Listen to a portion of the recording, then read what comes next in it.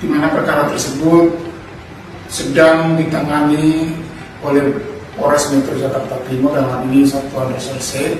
Perlu kami jelaskan bahwa Polres Metro Jakarta Timur telah melakukan langkah-langkah penyelidikan. George Sugama, anak bos toko roti, ditangkap polisi, aniaya karyawati hingga babak belur. George Sugama Halim, anak bos toko roti di Cakung, Jawa Timur, aniaya karyawati bernama Dwi Ayu Darmawati sampai babak belur, kini ditangkap. Informasi penangkapan tersebut diketahui dari cuitan Ajudan Presiden Prabowo Subianto, Kombes Ahriye Sonta di akun X pribadinya, Ahriye Sonta.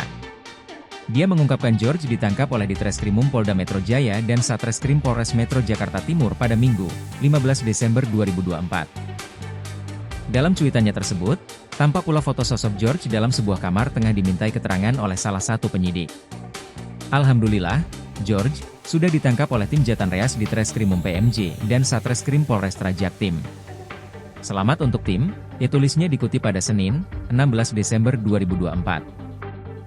Sebelumnya, Kasih Humas Polres Metro Jakarta Timur, AKP Lina Yuliana, mengungkapkan kasus penganiayaan oleh George terhadap Det sudah naik ke penyidikan. Dia menyebut penyidik sudah menemukan adanya unsur pidana dalam kasus yang viral di media sosial tersebut. Diketahui, GSA telah dilaporkan korban ke SPKT Polres Metro Jakarta Timur sejak 17 Oktober 2024, namun belum ditetapkan sebagai tersangka dan ditangkap. Bahkan, GSA sesumbar dirinya kebal hukum dan menyebut korban miskin dan tak mampu memasukkannya ke penjara.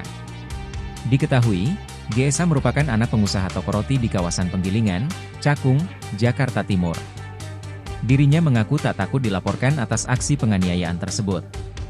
Kini, Dwi yang sudah berhenti dari tempatnya bekerja hanya berharap pada Polres Metro Jakarta Timur agar mengusut kasus, dan pelaku mendapat efek jera atas perbuatannya.